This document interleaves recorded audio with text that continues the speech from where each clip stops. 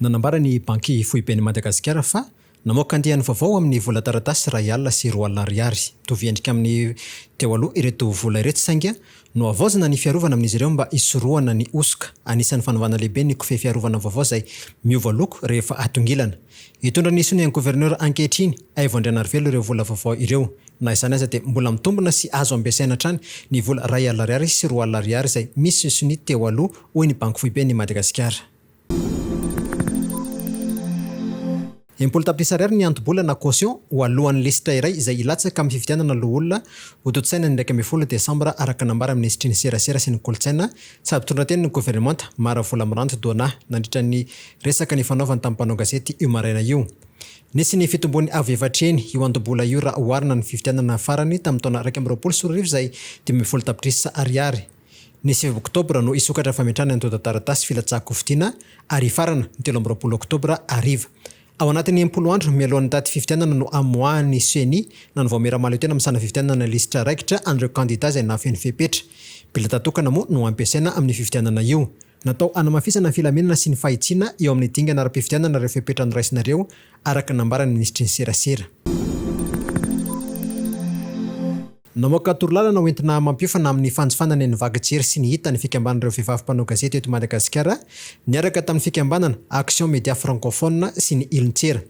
Boky miloko ahitana pejy 20 izy ity izay natokana ho an'ny vehivavy mpanao gazety mba hoentin'izy ireo mampita fahalalana ho an'ireo mpianatra eny amin'ny kolejy sy ny lycée. Hita ao anatin'ity boky ity avokoa ny fampiarana, ny torohevitra ho an'ny mpampiofana, ireo fitaovana samihafa azo ampiasaina amin'izany fotoana izany.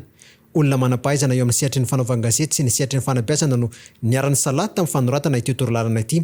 Tanjo ny tetikasa ny ahatonga ireo tanora ananasain'ny feno fandalinana, ihany koa ny ady amin'ny fahampalalam-baovao diso ary ny fanabeazana ho olom-pirenena. Tratry ny firehetana ny faritra varatra amin'ny Valanjavaboary Ankarafantsika tamin'ny farany herinandro teo. Tsy mbola fantatra ny andohany na ny tompon'andraikitra saingy isy ny fanadihadiana ataon'ny ministeran'ny tontolo iainana sy ny fampandrosoana lovain-jafy ahafantarana ny antony nahatonga ny firehetana. Olona anjatony no niarany salana namoan'ny afo ahitana olom-pirenena, mpiasan'ny Madagasikara National Park sy ny ministera ary ny manam-pahefana sivily sy miaramila. Voafeny afo ny alady maraina fa mitoy ny fanaraha-maso. Ao anatin'ny izao vanim-potoana ny ahitana izao dia ambony kokoa ny mety asian'ny doro-tanety indrindra any amin'ny faritra andrefana, atsimo andrefana ary afovoan'ny tany. Nivatana ny anaram-boninahitra tamin'ity taona ity teo amin'ny sokajy lehilahy amin'ny fiadiana tompondakan'i Madagasikara eo amin'ny taranja basketball.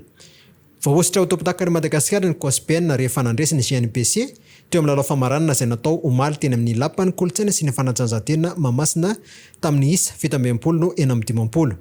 Teo amin'ny sokajy vehivavy kosa indray dia mbola tsy afabela tamin'ny GNPC ny Ampitsoal. Voatasondry Emeranchine Narieriniaina. Rasarobidy Randriatahina sy tokony anasambatra Armiora ny anaram-boninahitra rehefa nandresy eny amin'ny 7 no 13 ny Tarkiminao Arso, Kristiana Jaofera, Murela Janirina sy Sidonia Andria Miajanirina izy ireo.